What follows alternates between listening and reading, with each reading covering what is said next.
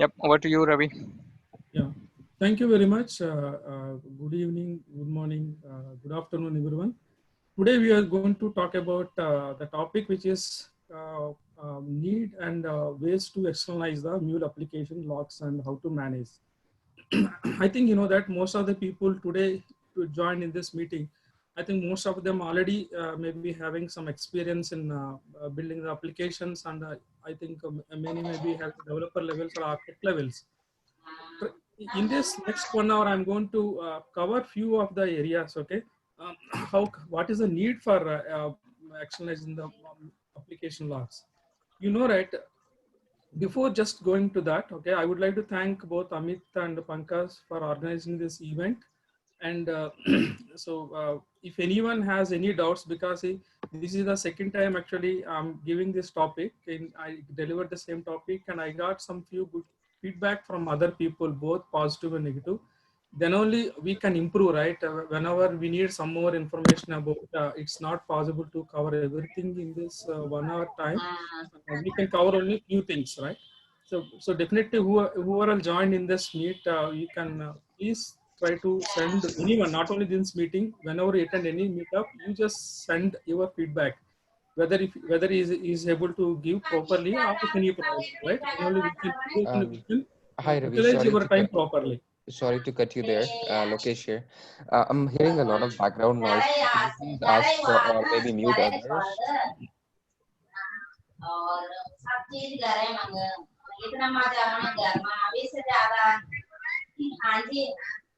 Can't we unmute them, Amit? Yes, Ravi, I'm just doing that. I Yep, muted them. I Go ahead. yeah, I just yep. Please go ahead.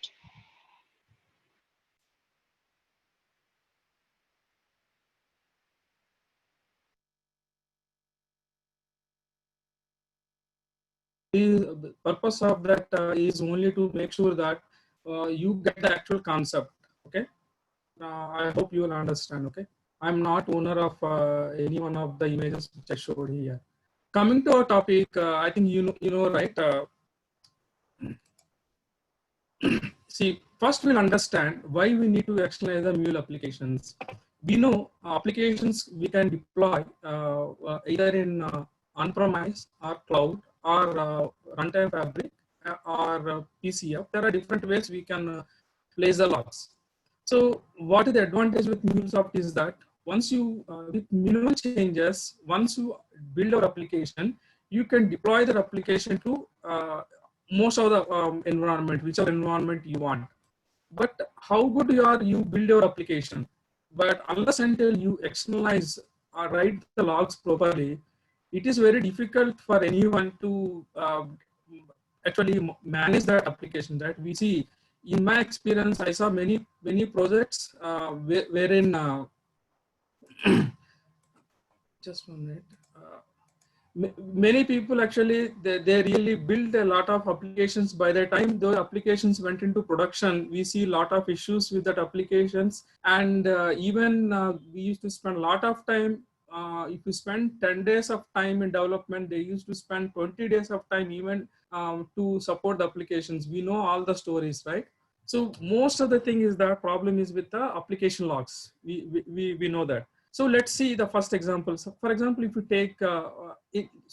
take normal kind of applications wherein you can see sometimes we build either experience APIs or process APIs or system APIs, right?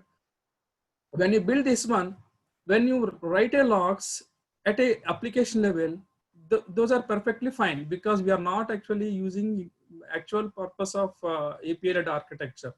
In that case, it's like just to simulate that it is a like complete flow. You can see what is happening from end to end is not a problem. You agree, right?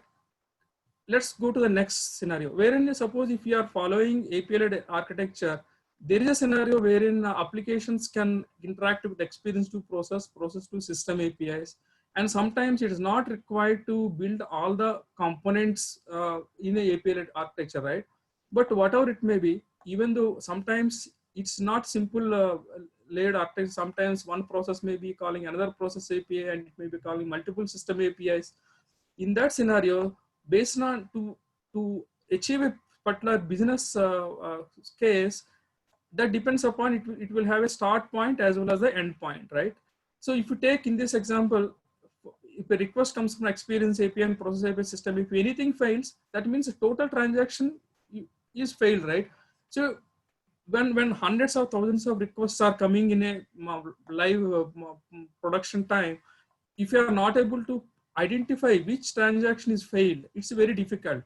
This is the bigger problem, right? Look, this is the actual where we end up like this with problems. It's not like completely disconnected. We don't know when you look at end to end.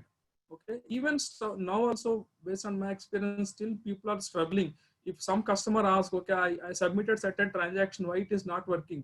Unless until you don't have proper logging application mechanism, you can't actually track them. Okay, so let's take an example. In ideal scenario, if the same structure, if you pass the values, whether maybe the business parameters or what are the parameters that required, and if you use the features of Mule 4, you can actually very well manage your application logs. Okay, basically problem, you know, right at the end, whatever, see, for a customer, in whatever technology that you build, whether it is in Java, .NET, or maybe Mule or any other technology, finally they want their business to run. Issues will come up, right? Anytime issues may come up. So how you handle it, that is a very important, right? So it's not just building the application.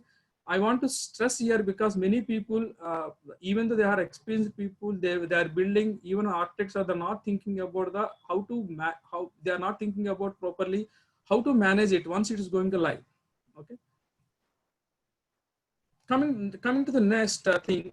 So I talked about these problems, right? See, let's see. Let us take another example. If you take a single one or two API, so applications can, if you can write a simple log statements and you use any simple monitoring tools, then what happens, you can easily manage them. Okay, it's not at all a problem. Okay, coming to that, if you have a API-led architecture and if it is a very complex one, when any problem comes and when your applications are really struggling to survive, right? We know that many times production people will try to do debugging, they can't do it, and we see a lot of P1 issues, everything goes right. In this case, suppose if you write proper logging and if you use proper monitoring tools, then even though, see, application, when you take an application, anytime it may crash, right? Even though, see, we can't build application with 100% accuracy. Still issues will be there. But when issue comes, unless until you have a proper mechanism, you should spend a lot of time in designing the error handling and error, even while coding the error, our Mule applications also, we should take proper time to design this application error handling. Then it can flow, it can allow application logs to flow to the monitoring tools, so that the support team or architect team, they can actually debug it, right? This is something similar to that. Even though you build your application, how big it is, how strong it is, one or two issues can kill your whole, even your application, even you may lose your credibility with our clients. You know that, right? Many times customers, they don't know. They simply say, why you use MuleSoft? Why you could have used some other technology? I want my business to run, right? So we know that. So API-led architecture, even though if you go further, it is very important to give some importance for the Mule application logs. That is why if you look at, to make it customer happy and application happy, we should be very careful in designing our Mule applications as well as how we log applications. Okay, let's see. When you say smaller network applications, see, we know that many times when you're working for a smaller clients, you can build our applications and deploy into CloudUp, and you can directly see you can look at logs into our console. Okay, and if you deploy your application into on-premise, you can directly go to your servers and you can see that one. So whatever the options that we showed is, they are actually not, sometimes there are different options Mule itself is providing. If you see in platform itself, Mule is not saying that you look only this only one monitoring tool to do that, because for every purpose there is a different way of methodology we need to use to monitor our applications. You know that, right?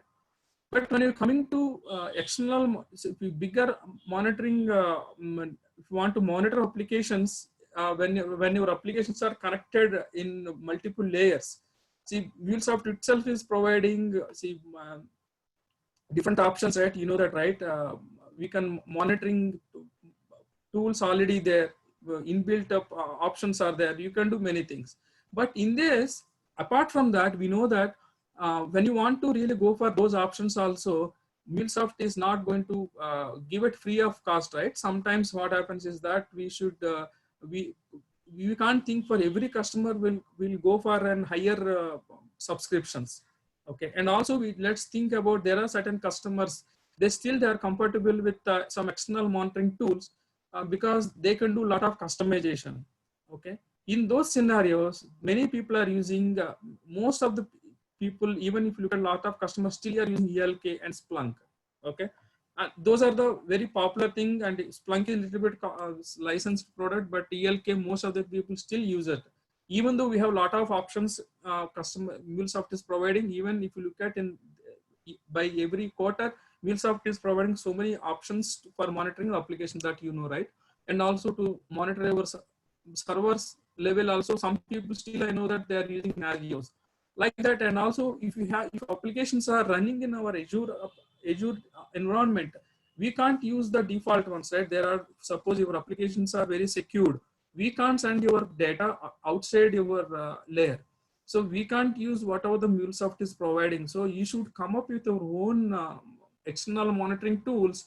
So in that case, definitely we should look after it as a developer and architecture. It is always better to know what are the different other options that are well known in industry.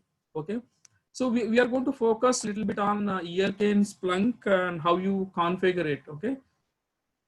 Coming to that, let's see, let's look into different scenarios. Okay, this is for the people who just started MuleSoft with maybe 6 months experience like that.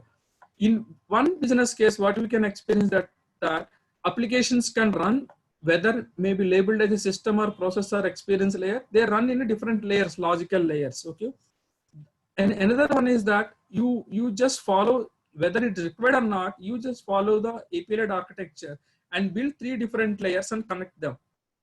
In another scenario, it's not required even to, I know that some people actually unnecessarily build their applications even though it's required experience API, process API. So as an architect, we should decide whether process API only is required or only system API is required, based on, because if you build an applications also, it is biggest problem is to manage them, because we need to pay for each course, right? So there are different scenarios.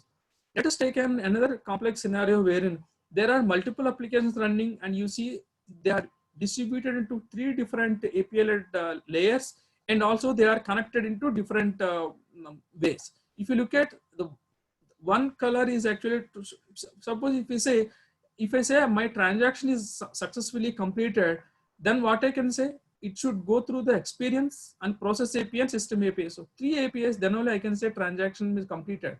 But if you take the same another transaction wherein the process API is reused, even though it passing through the same process API, if it fails at one system API, then it's not successful actually.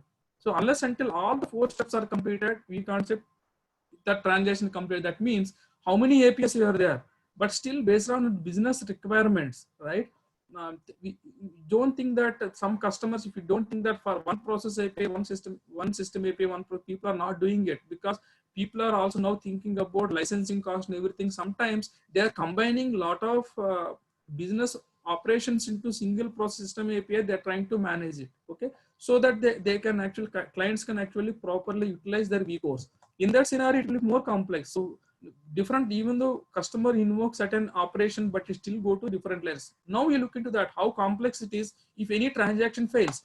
If for the same transaction, I should be in a position to tell within few minutes, I should tell that where exactly error is happened, right? So, and also the most traditional way how you do is that whatever that we write it, usually we use our Log4j, everyone knows it. Like using that, usually we categorize application into different transactions like transaction errors and transaction logs, error logs, and some kind of audit logs which are not actually related to actual business. But error logs are very important. So many people, what they do, you categorize them properly while while building your error frame itself, and make sure that your logs are written into different log files. If your application is running in or on-premise, you can directly go and see that, right? But it's not the case. Let's assume that how many people can directly go to that that remote box and they search it. It is very difficult to identify the errors. Everyone knows that, right? We need some kind of user interfaces. So, and also, you know that, right, in case of on-premise applications, we can't use all the features which are used by the MuleSoft monitoring tools. There are certain limitations. And also there are certain bank applications that even they don't want to send any kind of log application related analytics to outside of their boundaries. Okay. In that case, only option is that you should go for any localized monitoring tools. Just I want to emphasize that, see, to make that your transaction is completed, there are different ways that we need to understand. Okay. Just I'm trying to elaborate the case for, and also this is the best practice I think many people still using. One of the thing is that whenever an application is going, every application has some start and end. Okay. Even though we have a little bit complex, but let's assume that while building the application, make sure that everywhere we have some milestones. What are the star marks which I showed as a milestone, so that when you have a milestone, you know that what exactly happening. Okay, unless until suppose if you say that my orange color, unless until it goes to the 10 steps, I can't say my transaction is completed. At the same time, in another flow, I can say that unless until my 7 steps are completed, I can't say my transaction is completed. Okay, but it's actually this slide is very important for us because there are different ways we can implement it. Let's assume that to if you can add some more logic into your applications in such a way that you should be in a position to know, suppose if you go to either into the application monitoring tools or any ELK or Splunk, if you go there, if by passing certain attributes from end to end to different layers, by knowing that what are the milestones, if I say that I identified 7 milestones in one business transaction and in another transaction identified 10 transactions as milestones. So those will be dynamically changed. Okay. You make sure that you define a framework in such a way that when you invoke a business operation, you define it, and when you pass it, it logs actually. So there should be an attribute that need to be logged every time whenever you pass that one. So when you search for a particular transaction based on particular business parameter like what is that order ID, maybe Mule provided correlation ID or transaction ID, based on that, you know whether your transaction is completed or not. Okay. Even you can have a good dashboard so that they can alert you actually. Okay. So this is the very important. So I told, right, these are the milestones, we should include it. So even if you look at most of the people, this in recent year, actually, I see that developers are actually very matured and they are writing good kind of logs. But if you look at 1 year, 2 years back, the people just started working on MuleSoft, they used to write simple logger statements, and it's very difficult once into production what is happening. So it's better to have it milestones with a proper design. And so you log those business parameters in each milestone. Okay. And so that we can identify what is happening and we can track end-to-end transactions. Okay. We know, let's see what are the different very traditional way what they use, simple log statements, right? Still people are depending upon the logger statements to identify whether particular transaction is completed or not. Another important thing, even most of the people don't use it, is there may be a little bit overburden on the server, but it is very effective. In particular, even customers are insisted as the custom business events. Okay, we can very effectively we can use it. So these custom business events, if you use it, so whenever your transaction is going on, by adding certain business parameters, we can monitor it. Actually, we can track it, which are the when particular milestone is crossed, what are the parameters at this moment? Okay, let's see, because many, I want to show a little bit emphasize here, because many people don't use custom business events. There are certain limitations on that, but still you can, based on the customer requirement also, you can suggest. So in an application, for example, if you add my main flow, if I add it like different, I added my custom parameters. I added a different custom parameters on the my parameter, and we need to enable them. Once you enable at the flow level, then what happens? Though it will be a little bit heavier on the server side, but it properly actually, I will show you some screens wherein how can you see these logs. Okay. So once you go there and once you deploy applications, there is an option called enable metadata. Once you enable it, it gives a warning saying that it is an overburden or server, whether you accept or not. Once you accepted it, actually start monitoring all over every message processor level itself. Like if, when it's processing, this is a message processor, this is a message processor. Every time actually it tracks you. I will show you how it goes. Okay. Then it's one of the way we can actually look into that. Okay, I still see very big customers also, they're using business events in not in every applications. If you go to your application, there is an option called insight, and if you go there, I can see that like whether a transaction is completed or not. Okay, actually we can see that complete transaction means there is no problem. If you look at here, see, I told, right, there are two flows. One is the in main flow start and end. Another one is the sub flow. There is a start and end. If you look at here, you can very clearly, you can see that those are actually, if you look at, if you expand the earlier option, you can see that. Okay, where in also you can see every process, we can see whether process started or not.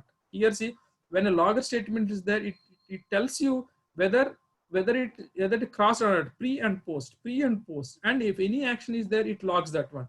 That way, actually, it actually gives a very in-depth view of at each and every level where exactly is happening, and also tells process start and process end, and also process complete. Like that, you can see for every component, you can see that. This is a very simple one, but if you look at a complex one, you can see what exactly happening here. Okay, this is the main flow and sub flows. Ravi, sorry to interrupt. There are some questions guys are asking on the chat. Could you answer? Yeah, guys, you can speak up, okay? Because Ravi can't see the chat box when he's doing presentation. Yeah, so you can just speak out, okay? It's not that you should not be asking. You can just. So Mario was asking, are there performance impacts to an application, especially for API, if Insight is used too heavily? That's definitely. The problem is that they also tells that there is an see for every process they need to track it whether that that is passed or not. It's a definitely, that's why it shows an alert for us.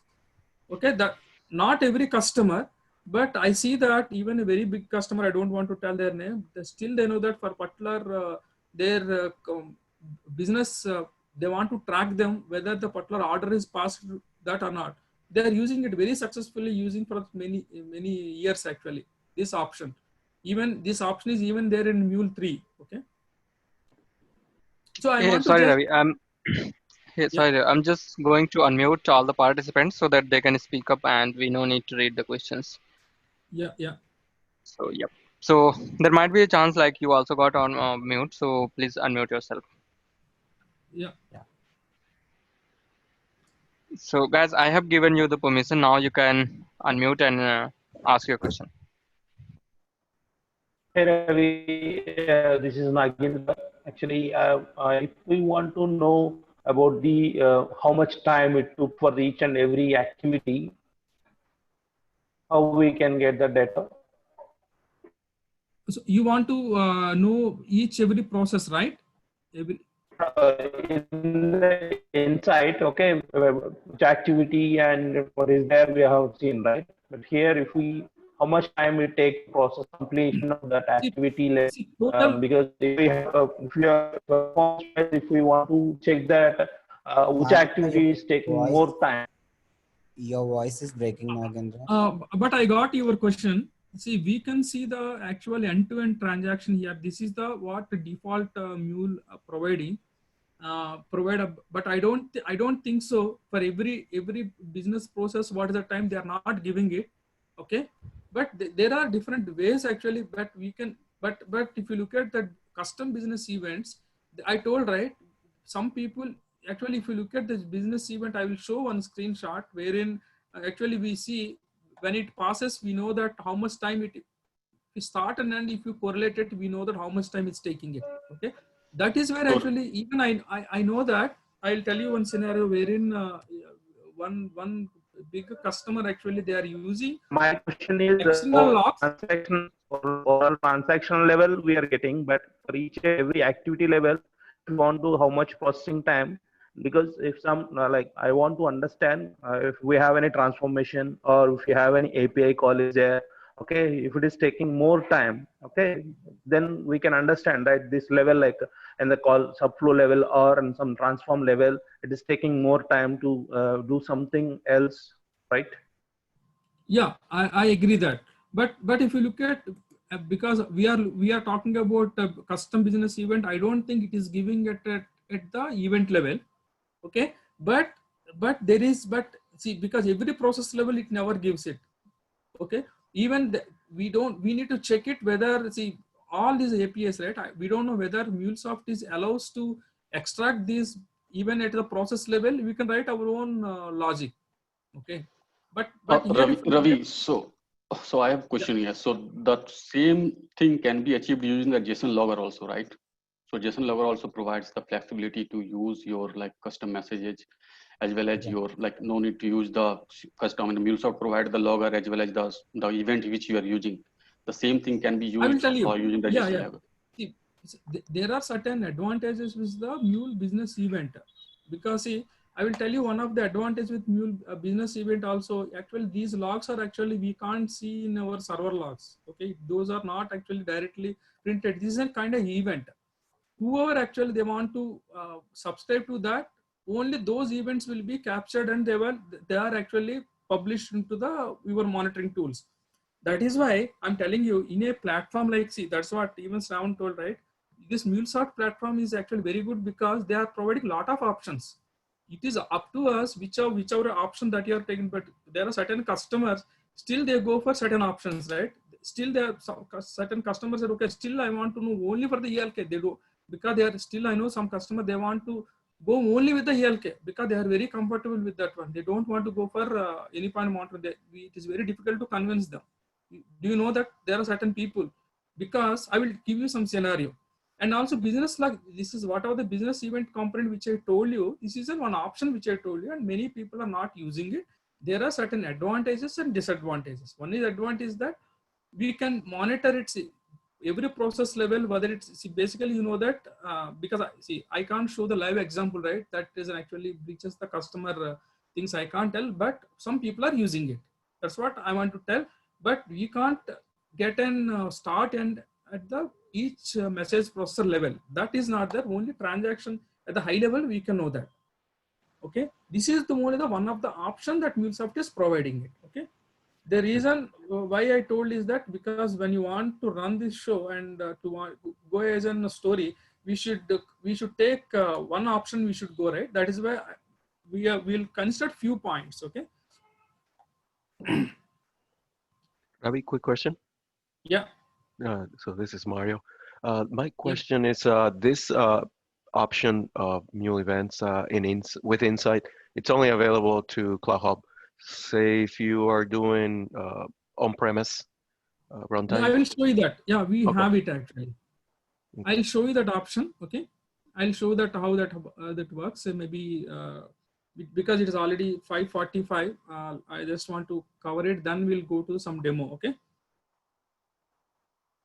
Definitely I will answer. See, that's what I told, right? If anyone has any question, it's not, we are not going to end up here. Anyone can ask me and we can have it. Even I'm not interested to know from, even learn from you, right? This is actually meetup wherein everyone has to learn. It's not like one guy is telling and other is just listening whatever he's saying. Whether if it's telling wrong also, you can question me.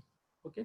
There is another way is that like error handling, everyone knows it, right? Instead of directly writing it, many people will write some logic into reusable flows and start using it. It's a very powerful very powerful option that many people still using it. Okay. And the next option is that I told, right, earlier there are different ways, but if you can log the same statements instead of writing simple statements, if you write them in a separate, in a standard JSON messages, I know that still some people are not using this methodology. If you can write them, if you know that, okay, from where it is going, what is my transaction ID, what is my correlation ID, what is my business parameters, if you know that one, any tool, like if you because if you talk why you want to go for external tools, because there you can write your own custom queries, so that you can write, you can create so many options to create your own dashboards, right? So unless until your application writes those parameters in proper way, you can't get the reports. That is why I just want to emphasize. Yeah, I have a question. So the logs that you're showing right now, I can see there are sensitive information like the customer number or the account number. So is there a way to mask some of the parameters during the logging? Yes, that also we can do. I'll tell you another scenario. Okay, most of the time, that's what I'm telling. Most of the time, what happens is that if it is not a sensitive data, then only we log it. Okay. Still, if suppose if you get, we know that, right, tokenization is there before you send it. Some people do, but this is why you are writing this log. This is not the payload. This is something we take a permission from the customer, which by business parameters you can log into that one. Okay. There are certain scenarios wherein even only production logs can be seen only by the certain people. Okay, only in that scenario only we'll custom. I just given a customer number, but we never log the customer number. There will be certain key or some unique ID wherein the customer may pass as in their order details. So you take only that one. It's not mandatory. That's why we made it as a custom key and custom values. Like you add it whatever you want. There are many applications wherein they will certain times they may add some more like a custom key and value pairs. So if I search my based on either maybe correlation ID, transaction ID, if I know, but starting, if I know what is my, because that correlation ID, transaction ID is passed across all the layers. Based on that, I can see my logs and I can get it. So that actually, I will tell you, that's why we have considered one of the tools like an ELK and Splunk. Okay. In next, I will tell you how can you do that. Okay, thanks. Can we proceed? Yeah. Yeah. Because this is a very broader topic, I know that, right? Covering in 1 hour is difficult. Let's give an overview about people so that they can come on and we can have some more discussion. And every people knows that, right? Log4j is a very standard way we use it. So what you can do is that use a custom. Many people are using like even Log4j is giving the option like use appenders, right? If you use an appenders, then what happens is that by using appenders, you write your logs into different categories and it writes into different files. Once whether it writes into file or whether you use some other options, you can extract the fields. So first you need to define the structure and categorize them and write into them into different categories. You do the two things and define a proper error framework. Okay. And also there are different ways, like when you're running your application on premise, when you're running your application cloud up, make sure that there are different options. I don't want to go into options, but we can still, by using HTTP, some appenders, you can directly post those data to the Splunk. Okay. There are certain appenders. Suppose you want to post this data to some your, I know some people actually they're using their own custom logging frameworks. They want this data. Okay. They don't want to overburden on the Mule servers. Just write it. Other servers which they will take care of, which may not be running in MuleSoft. Okay. And also this is the standard way that you can see the JSON messages that everyone knows, right? Now let's see, we talked about what are the different formats that we need to do. Maybe mostly that if you write it, you create your own JSON framework and make sure that you write it. Then what happens, you do whatever whether you use it, don't use logger statements, use some frameworks, and by using the reusable logging flows, you generate these JSONs, make sure that it logs a proper logger statement, so that you can, once you write a JSON, you can do whatever you want. Okay, that's a point I want to make here. Okay, once you do that one, there are different ways. If you look at that in Mule runtime, see, some people, what they do, they create their own utility APIs, which may run in any layer, and they will take actually extract all the data and push that instead of loading everything into Mule application. Many people said, we don't want logging is very heavier. We don't want to do that one. Just generate it. Then they will pull it basically. Okay. So they will pull it, and actually what happens, these applications, they will, whatever the writes which are writing, right, they will write it. If suppose if an application is running on Cloud Hub, we can't directly see application running, right? But still MuleSoft is providing some APIs, public APIs, which we can use it. Okay, we extract that application. So this application responsibility is that application just write them, but this application is intelligence to which log need to be get and which need to be pulled, and they will push into the external tools. Okay. This is a one scenario only. Don't think that everyone do the same thing, right? And also some people, you just asked me, right? So there are certain people, I know some people, what they do, before they extracting it, they don't want to directly be CloudHub, something is fine, even if on-premise. When they really want to show to the actual support team for reporting, they want to do certain data cleanup there. Why you want to push all the MuleSoft? You do whatever you want it. Then what they do is, this utilities actually, when you write it, so use some Mule REST APIs, get it, and you build your own logic in any other language, whether if you want to write it Java, whatever it may be. You may ask why they want. There's still some people are doing that. Okay, they're different because people, they have different implementations are there. Okay, this is one kind of design methodology. People still are using it. Take it and enrich it. Maybe very sensitive data, you mask it there. Even Mule has its own parameter called a tokenization, something is there, right? But some people, if you can do it, just extract it, because it is allowing to extract all the detail based on my logger parameters, right? You just extract it based on there and push them to external logs, okay? Then it pushes the logs here. This is one way. And also, you know that, right, there are, I just told, right, if you go to Mule, actually many people even don't know about this. We have a public REST APIs. Using that, you call them in a sequence of calls, and we can extract the log details. You may ask why you want to do that one. MuleSoft is providing. Again, once I'm telling, MuleSoft is having a lot of options. Now they have come up with not only one options, but think about customer, they don't want to spend that much on licensing. Some people, they wanted, okay, I want my business to run, you run it, I will pay only for that one. Why I want to pay other things? I have some other tools, I will use it because we are comfortable with. We can't force those kind of customers to still use that one, right? Still some people are there, they're a legacy, they're still there within, they're still 10 years old, right? We can't ask them to come up into that one. We said, okay, you have some business, we have a very good tool, just use MuleSoft. If anything you want to, okay, fine. As an architect, we can't convince, which is provide an alternative solution. That is why I want to give some other options apart from the you can already do MuleSoft. Hi Ravi, Mohit here. So can you go back to the last slide, the previous one? So in this diagram, you are depicting, no, the next one. The one which is calling the Mule API, Cloud Hub API, externalize. Just 1 minute. Is this the one? This one? No, next one. This one?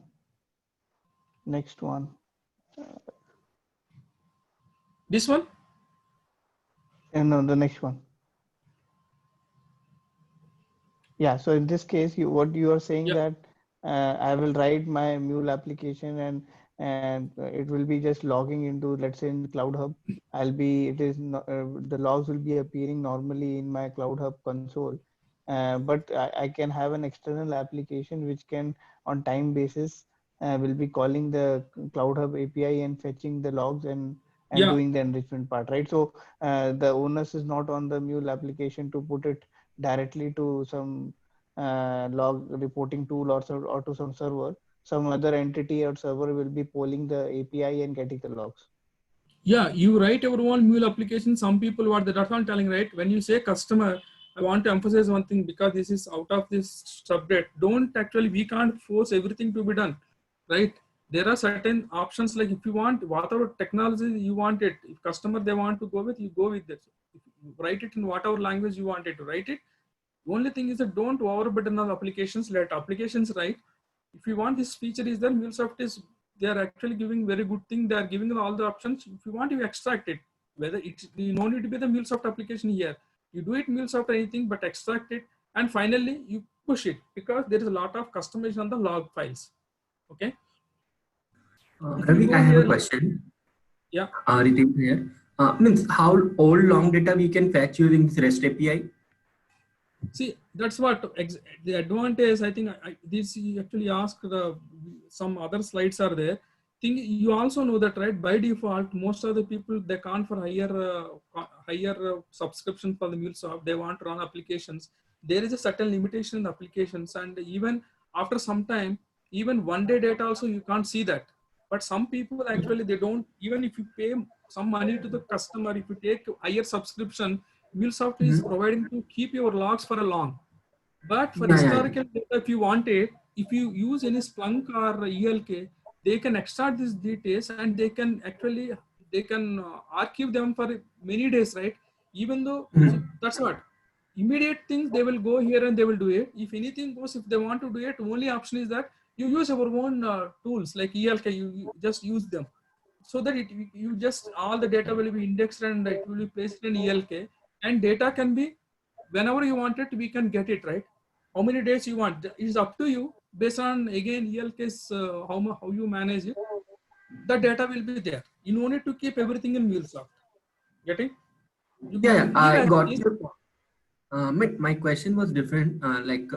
Using this REST API means how all long data we can fetch. When you say that again depends. Suppose if your application is running on Cloud Hub, see the maximum max size is 100 MB. Before that's what people do is that see unless until the data is there in your worker is there, you can't extract it because when you give some these dates from start to these dates, if it is it will send it, right? Because unless until if the on-premise server, it based on your how much memory that is allocated there, it may be storing there. But if you take in Cloud Hub, there is a limitation. But still, most of the people what they do is that they don't for the older data, right? Usually every 5 minutes or not every 5 minutes or 10 minutes they will query for this and they will get the data and push it to the ELK. Okay. It's not like very near, it's like near real time, right?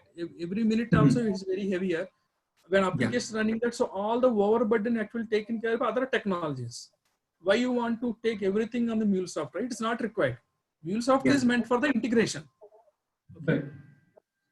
That's what I'm telling many people. I'm just, even though it's not subject here, many people still think everything they want to do it MuleSoft. Don't do that.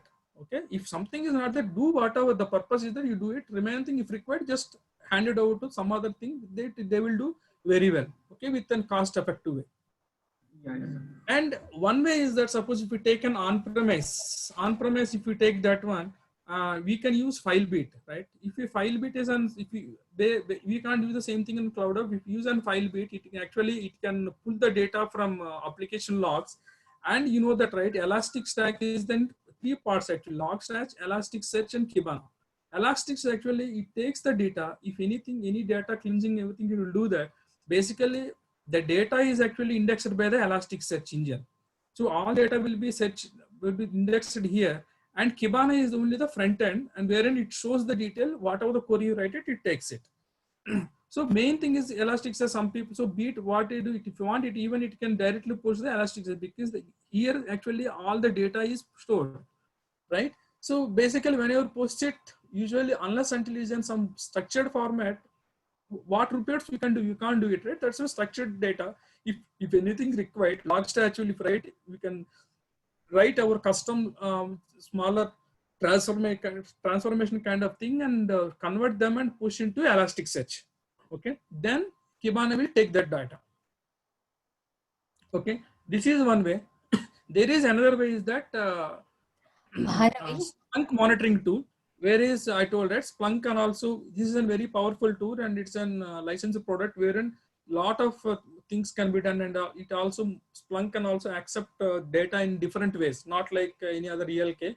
Okay, so even still I know that Splunk people it's costlier than, Okay, but on the other side of the coin, almost some certain features which are all there, Splunk reports and everything, all MuleSoft is also providing in different ways, right?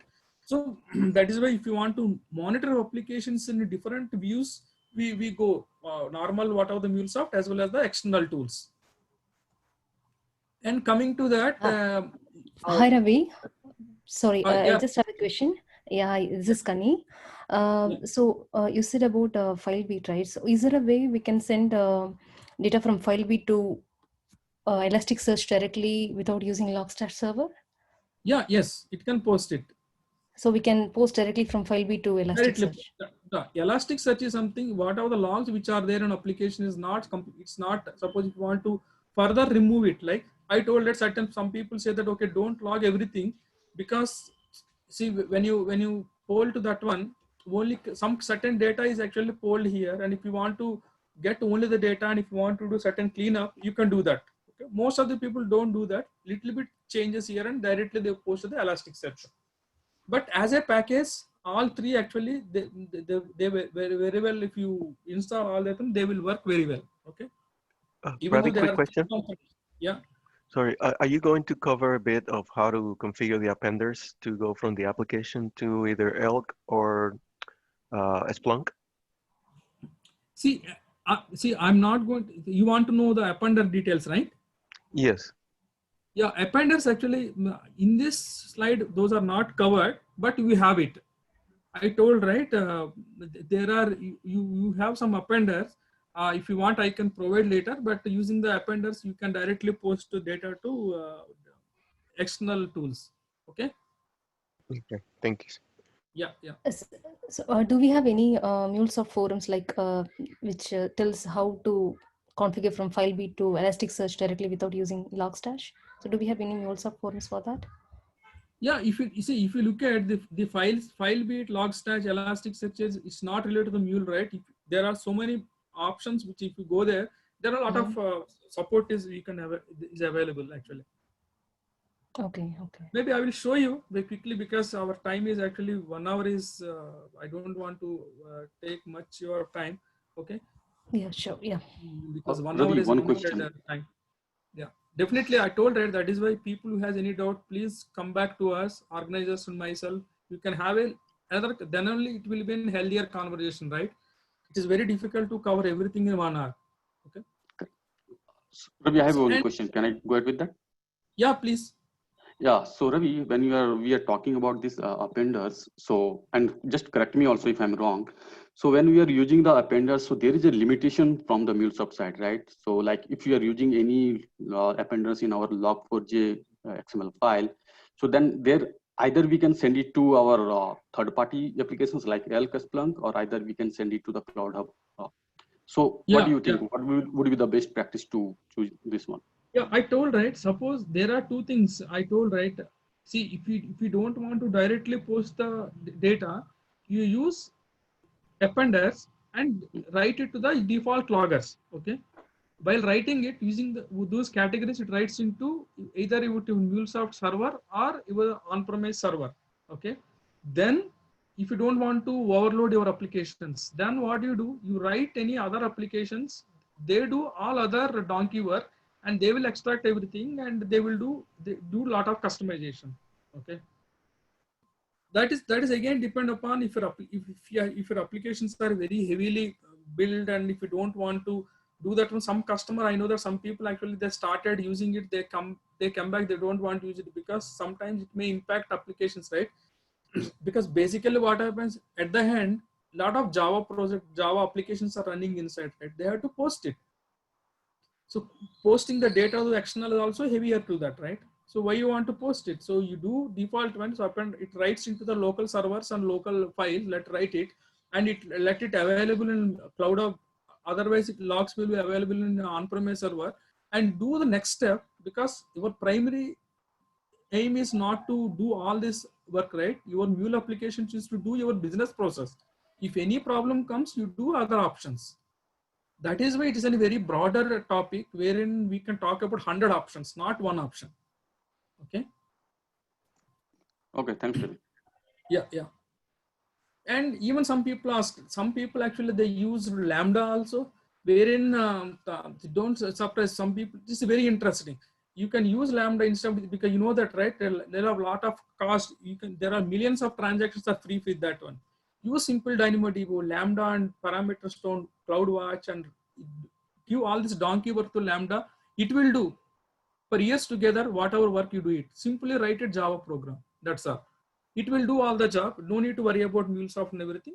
So if you have an already AWS environment, that you just write it. If you have an any other environment, you just write them, and that will do all the work. Again, you can ask me, I'm a MuleSoft guy, because when you take in bigger companies, there are different technologies. That's what I'm telling. Don't think about only one technology. Whatever, if you want, and you given better options, different ways. Our main thing is make sure that it meets our customer requirement, and also make sure that it is a lower cost. Okay, I can't write a bigger Mule application run in a big server because I need to pay money for that, right? Mule's license. Why I want to do that? Some people say, okay, you do something very simple server. You just write it few lines of code, and Lambda will run it. It will take it, because simple, no load on your Mule application, that will run it. Even if you want any customization after doing, because it's a simple Java, not only Java, write in a Node.js, some other language which are supported by that one, that will push wherever you want it. Okay, still people are doing it. Okay, everywhere pros and cons are there. It's just here intention is to explore what are the different options that we can do. Okay, and also very interesting thing is that when you want to write your applications into Elasticsearch, in application, most of the time people what they want, I want, suppose if anything fails, I want an email alerts. Even now also, even though we have a lot of options, certain business case we can't do with MuleSoft default one. So if you really want to set, let's assume that we are here, like Akshaya is there, Shravan is there, Amit is there. We all actually running some orders. Akshay is from some other UK, and I am from different business unit. We are all placing the same files, same kind of operations, but we place in a different folders. Let's assume that. I say that, okay, if anything fails, everyone is actually placing order only for the mobiles or something like that we are supporting. But if when a Ravi places certain places particular files into particular orders, I should only get notified if anything fails. How difficult it is there. Today Ravi is there. Tomorrow someone will come up. Just imagine this. Customers will ask it, because let us assume that thousands of files are placed in an FTP folder, and customers say that why I am getting hundreds of mails, I don't want to listen to that. You tell me, if whatever the files which I failed for particular business, you tell me, I will look into that. You write your own error handling. How will you write all the email? It's very difficult writing in Mule, because that's not my Mule primary object. Handed over to Elasticsearch, it has a beautiful option called XPack API that actually keep on running it. Okay, that keep on running, and actually what it will do is it actually writes. You can send an emails, customized emails. Okay? This is also one option. I'm just telling you. Okay. Architects can propose, if you want, you can explore it. Okay, I want to move on because we don't have time. And I told that let's go to different ways, like we told, right? If you have an on-premise applications which are already registered in our runtime, so you can actually, there is an option called Splunk and ELK. We can both API analytics and event tracking both can be pushed here. This is a beautiful option actually MuleSoft is providing. Most of the people may not be using, but think about on-premise applications. I told earlier, I showed you one dashboard wherein inside data is showing that there's a business event. There are a lot of options. Let's talk about business events. How to push them to ELK, maybe Elastic or Splunk. This is a beautiful option.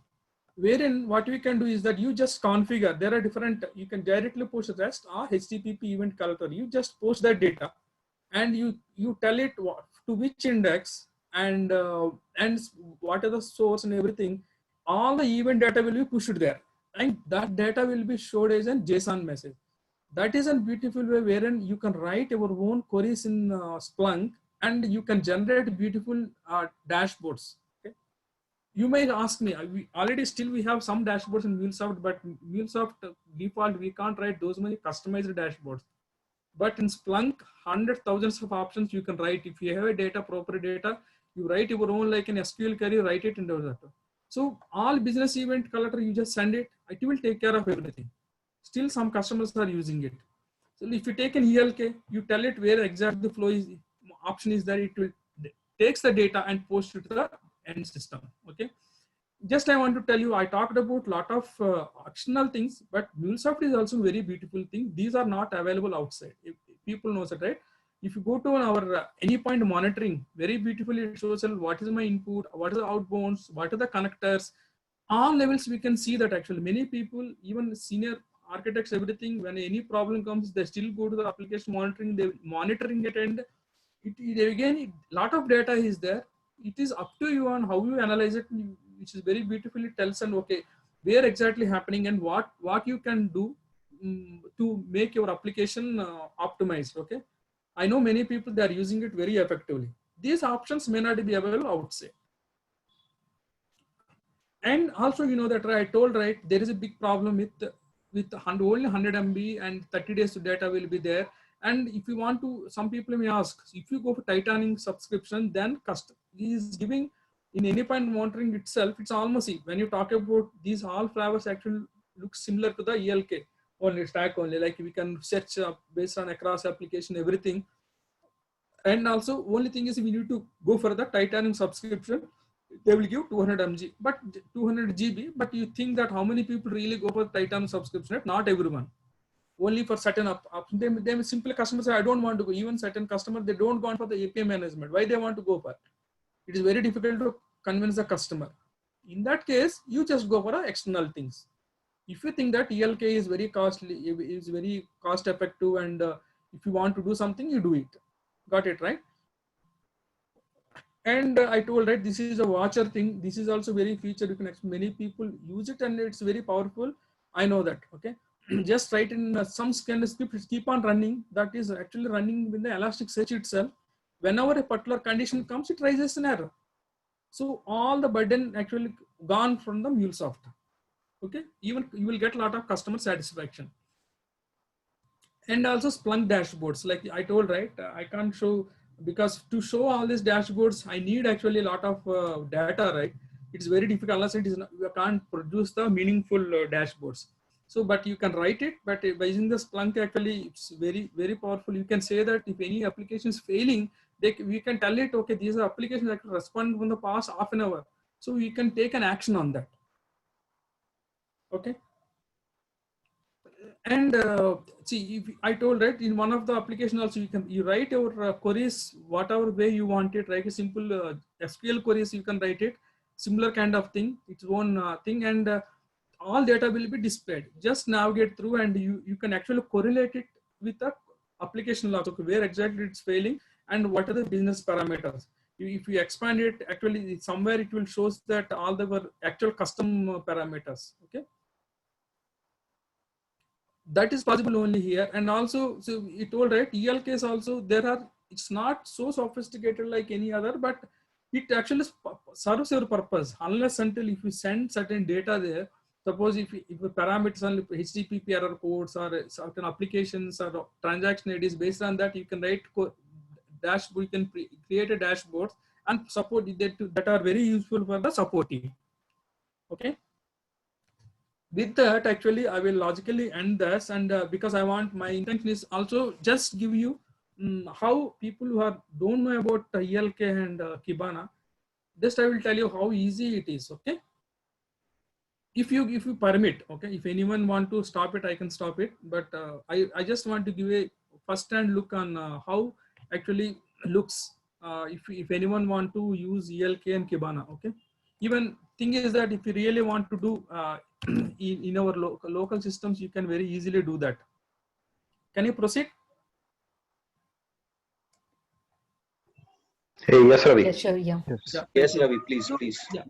So coming to that, I showed, right, let's see, the first thing I told you, Kibana, just actually, I just want to give this, like I talked about, let's take one scenario, FileBeat. our application is running in on-premise, it is writing application to certain folder, and FileBit is looking for any changes in the file. It pushes the Logstash and Elasticsearch and Kibana. Finally, you see the data. Okay. If to do that one, actually, it takes, because I can't start from the scratch, but I will show you.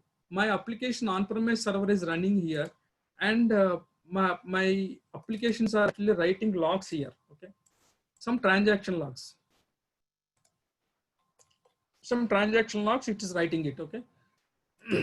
Now what I do is, I will show you one by one. See, if you want to do that one, we need Kibana, we need Elastic. FileBit is optional only for the on-premise, and Logstash is optional, but from here, Elasticsearch is the main engine and Kibana is that one. I told, right? So let us see each and every things here. I will show you FileBit sample, how it looks like. This is the option wherein if you go that use, I just told that, okay, my applications are running here, just look at here. There are so many default options that I can use it by default. And also what I can say is that where actually from here, I need to post the data. I told that from here, you post the data to my application, which is running on some other port. All the applications, you know, with minimal changes, you can run it. I told that you post it to Logstash here. I made few changes. So it is running on Elasticsearch is running. Then, and the next thing is Elasticsearch, and the next is Logstash. Logstash is what they do. Actually, see, I don't do anything here, but it receives all the data by default. Actually, based on some port number, it pushes data to Elasticsearch. Okay, once you take, what I'm saying is that once you download these packages from internet, by making few changes, see, most of the default, then it says that post this data to Elasticsearch. This is the port on port number, host number, where it is running it. That's all. I didn't do anything much here. Okay. And last one is Kibana. When you go Kibana, I'm telling this is my port and I'm running it.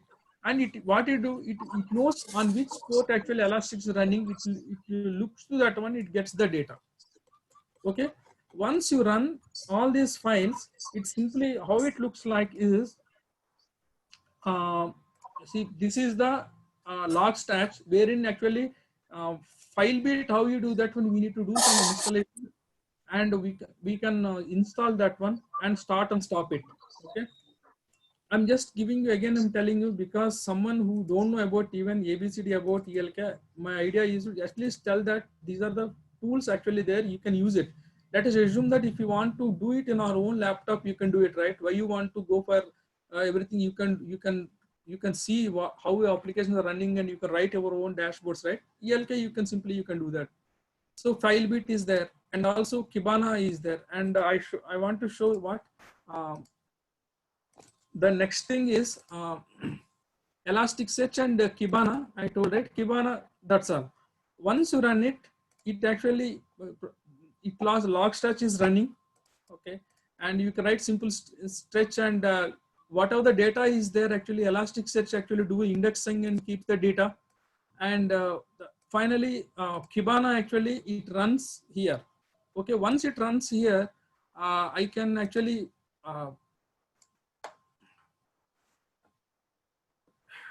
I just open the Kibana dashboard, how it looks. Actually, before this demo, I tried a little bit. I know that I should not touch environment before any demo. I touched it and data is not flowing, but you all know that, right? Concept wise, if you know that, that is enough. But if you see the Kibana dashboard, it will within few seconds actually it brings your dashboard, and you can see all the data here. Okay, you can directly go here, and I just want to if you want to get some data,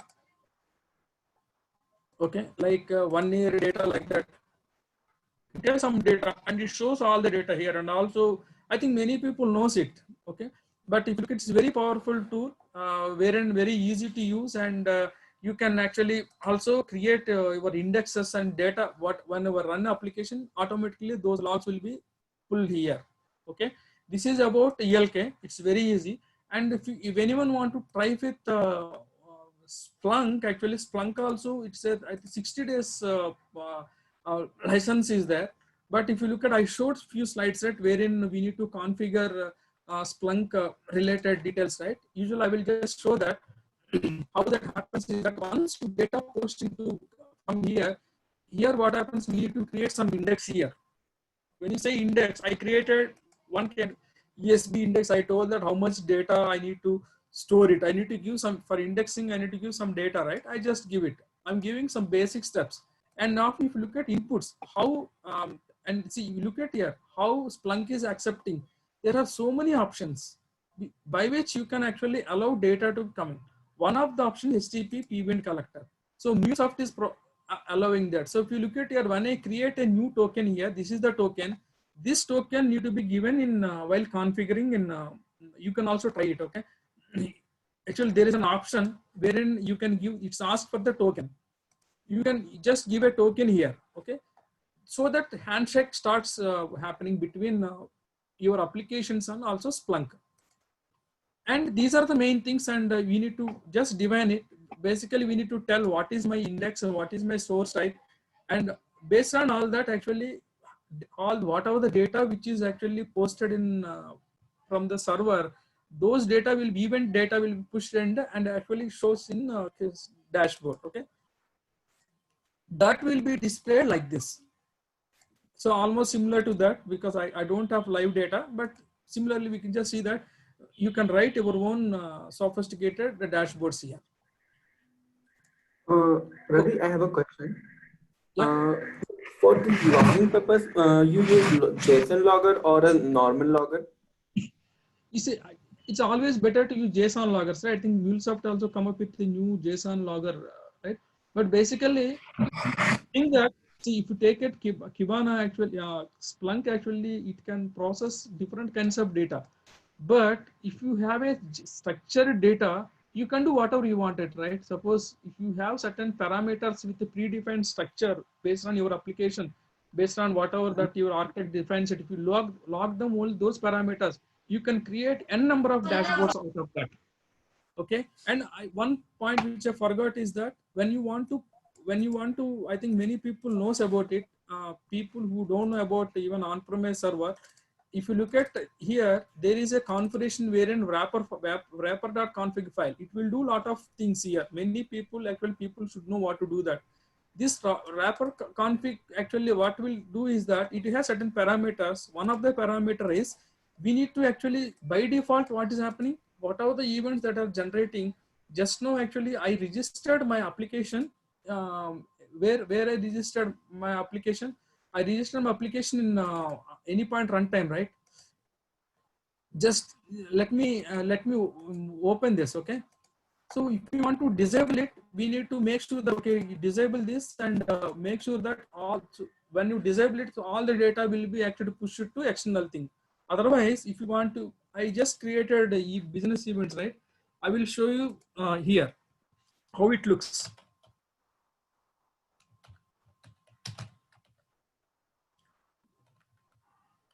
One. I'm just logging into.